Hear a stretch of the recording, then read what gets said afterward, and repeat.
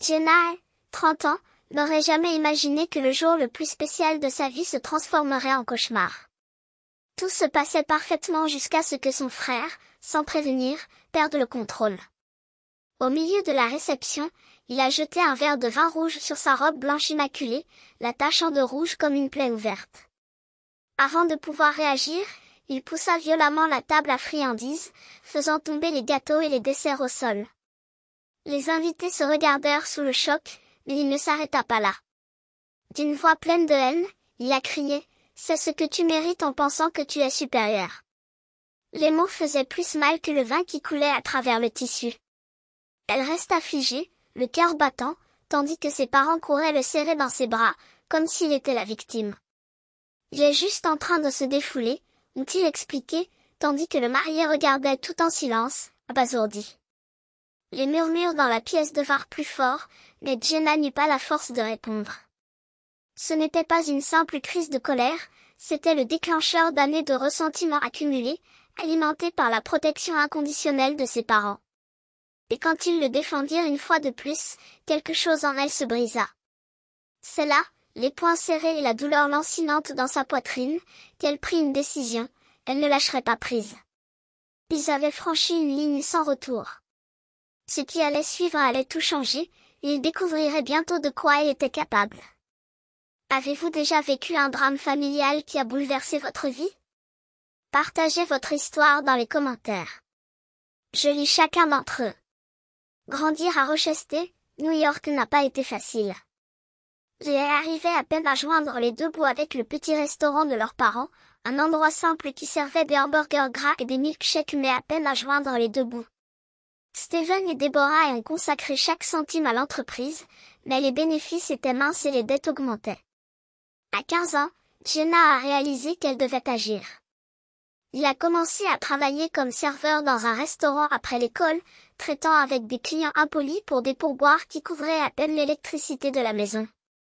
Le week-end, il livrait des pizzas dans la neige, dans une course contre la montre pour un maigre $50 de plus par semaine. Tout l'argent servait aux achats du mois, au loyer, à tout ce qui était nécessaire pour maintenir la famille à flot. C'est alors qu'il a compris son rôle, alors que Caleb, son frère de 9 ans son cadet, était traité comme un prince félicité pour chaque but de football ou note moyenne, ses efforts passaient inaperçus. À 16 ans, il travaillait déjà dans un café, économisait pour l'université et aidait toujours à la maison. Caleb, cependant, a tout reçu main dans la main, des vêtements neufs, des cours préparatoires coûteux, tandis que ses sacrifices étaient donnés comme une obligation. « Ne t'inquiète pas, Jenna peut le réparer », lui dit sa mère, comme si sa sueur était infinie. À 17 ans, la routine était épuisante, deux boulots, des cours et la pression de soutenir des rêves qui n'étaient pas que les vôtres. Il a obtenu des bourses après des nuits blanches, tandis que Caleb a reçu un nouveau vélo pour son anniversaire, sans même le demander. Chaque fois qu'elle entendait ses parents justifier leurs caprices, une pointe d'amertume grandissait en elle. Mais elle ravala sa fierté, convaincue que la famille était ainsi, certains portaient le poids pour que d'autres puissent voler. Aujourd'hui, regardant en arrière, il voit comment ce favoritisme a façonné Caleb. À 12 ans, elle l'a surpris en train de voler $20 dans son portefeuille. Au lieu de gronder, le père a ri, un truc d'enfant.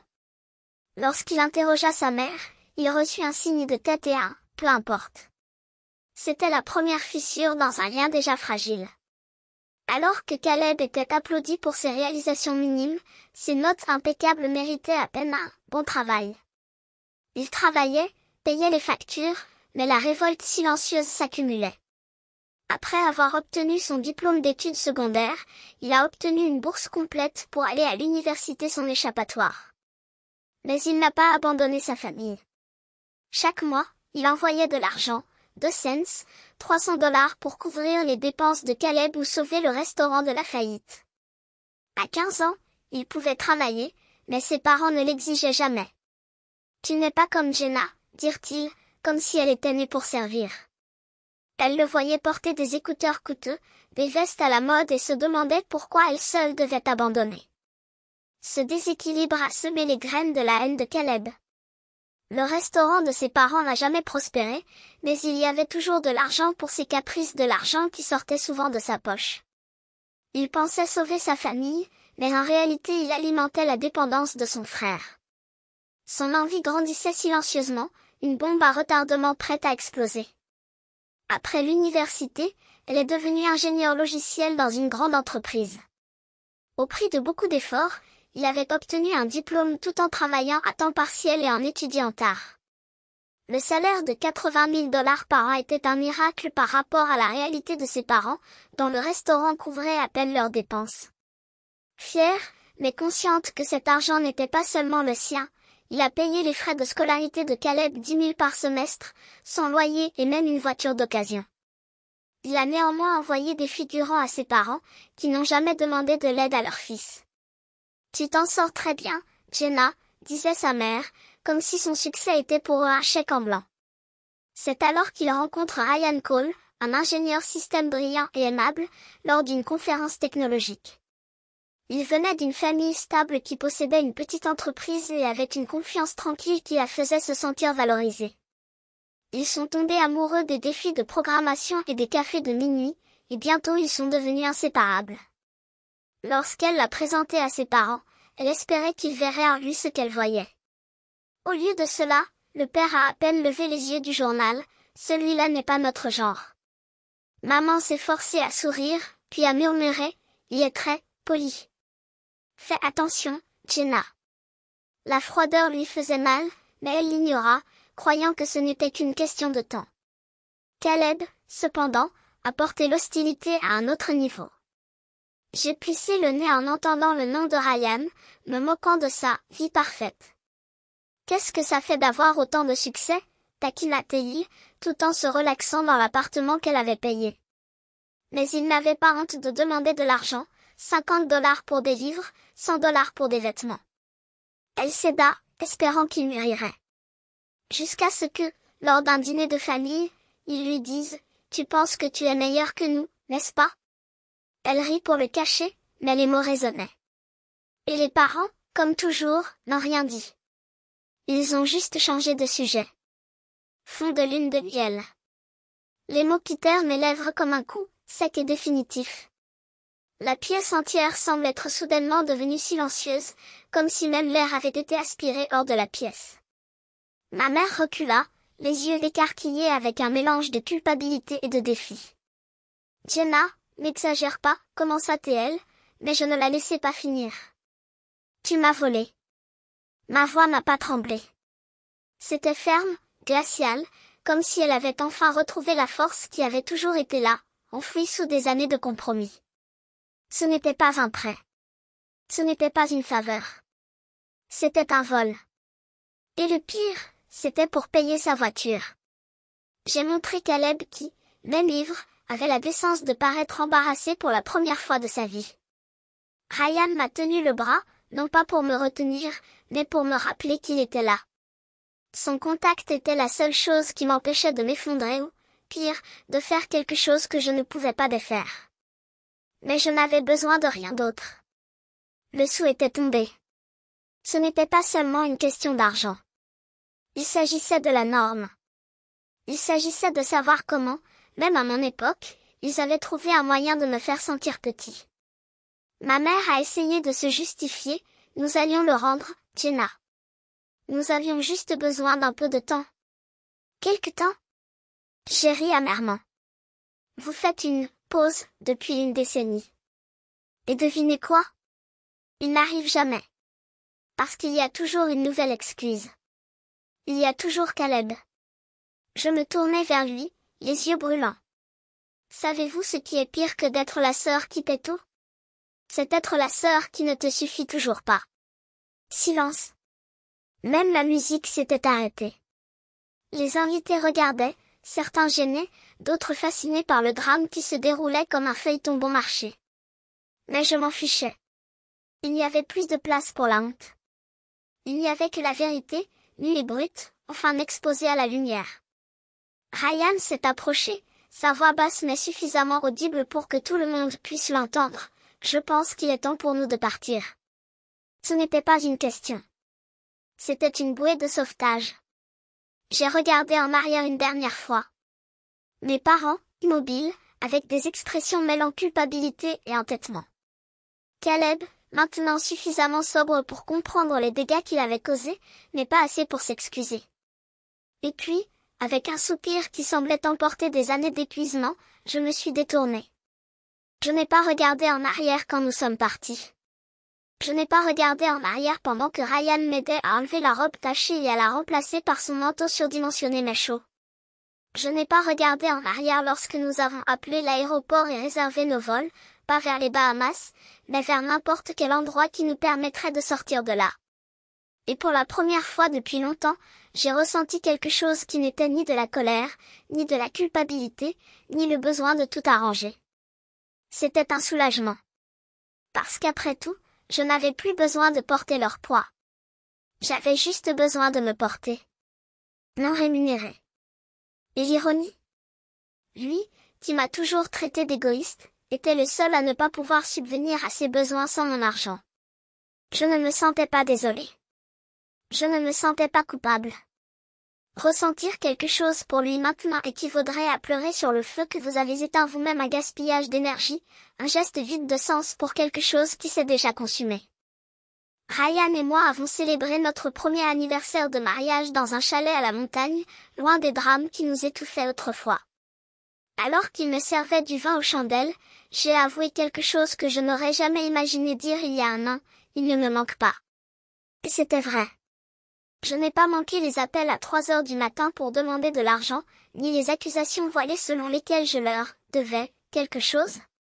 Je ne manquais pas le poids que, sans m'en rendre compte, je portais depuis si longtemps, ce fardeau invisible qui me faisait croire que l'amour était synonyme de sacrifice sans fin. Caleb, bien sûr, n'a pas abandonné. Un jour, une lettre est arrivée par la poste, adressée à mon entreprise. Jenna, tu as détruit ma vie. Je méritais cette aide. Tu es ma sœur. Les mots étaient les mêmes que toujours, mais cette fois, au lieu de blesser, ils sonnaient comme un écho lointain, un scénario répété par quelqu'un qui n'avait jamais compris que le monde ne tournait pas autour d'eux. Je l'ai jeté à la poubelle sans ouvrir complètement l'enveloppe. Ma mère a essayé une dernière astuce, un message Facebook, plein d'émojis au cœur brisé et de phrases comme « Tu me manques, ma fille ». Je n'ai pas répondu. Parce que ce n'est pas la fille qui a payé ses factures pendant des années. Ma fille n'est pas celle qui est devenue un guichet automatique humain pendant que vous justifiez tous les abus. Une fille est celle que vous choisissez d'aimer inconditionnellement et ils ne m'aimaient que tant que je servais leurs objectifs. Aujourd'hui, quand je regarde en arrière, je ne vois pas une famille que j'ai perdue. Je vois une prison dont je me suis évadée. Ryan et moi avons acheté une petite maison, mais la nôtre, avec un jardin où nous comptons élever nos enfants, des enfants qui apprendront, dès leur plus jeune âge, que l'amour ne se mesure pas au chèque déposé, mais au respect, à la présence, au choix qui ne laisse pas de cicatrices. Parfois, je me demande encore si j'ai été trop dure. J'aurais dû lui donner une chance supplémentaire. Mais ensuite je me souviens, j'en avais déjà donné 1000. Et aucun d'entre eux ne leur suffisait. Parce que le problème n'a jamais été le montant d'argent que je pouvais offrir. C'était que, pour eux, je ne serais jamais une personne, toujours un moyen pour parvenir à une fin. Et aujourd'hui, enfin, je suis propriétaire de ma fin. Et depuis mes débuts.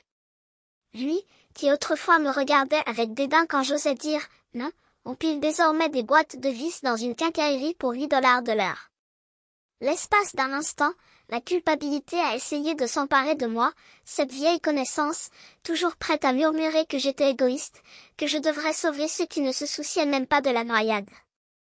Mais il a suffi de se remémorer les nuits où ces paroles étaient plus profondes que n'importe quel couteau, les regards qui me réduisaient à un portefeuille ambulant, pour que cette culpabilité disparaisse comme de la fumée dans le vent. Il n'y avait pas de place pour le remords là où il n'y avait eu que de l'exploitation. Et mes parents?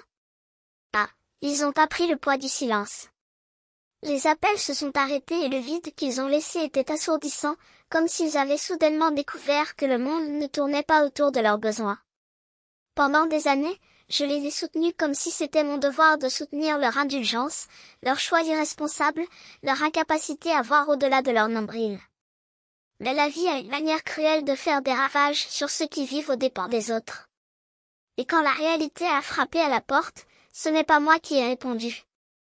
Pendant longtemps, j'ai cru que l'amour était synonyme d'annulation. Qu'être une bonne fille, une bonne sœur, bonne en tout, signifiait tout abandonner argent, temps, joie, comme si mon existence était un sacrifice perpétuel au nom d'une affection qui n'était jamais réciproque.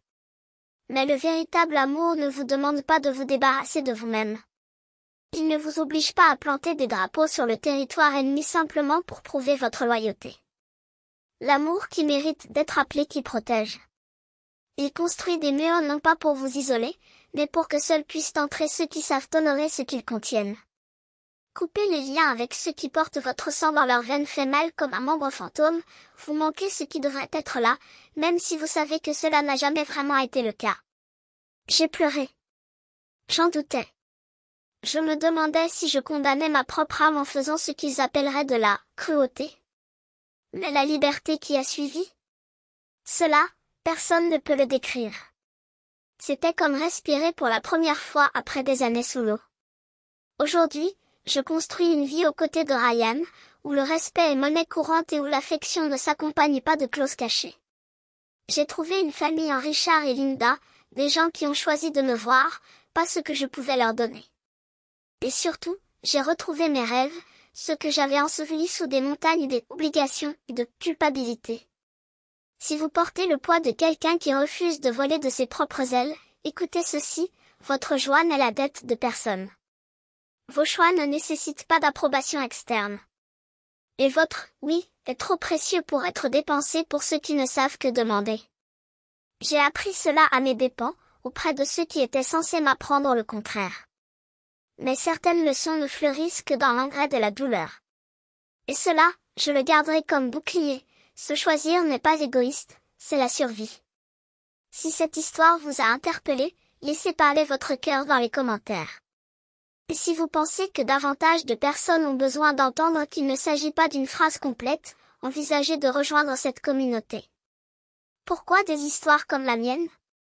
Ce ne sont pas seulement les miens, ce sont des miroirs, des phares et parfois la permission dont quelqu'un avait besoin pour enfin abandonner ce qui ne lui sert pas.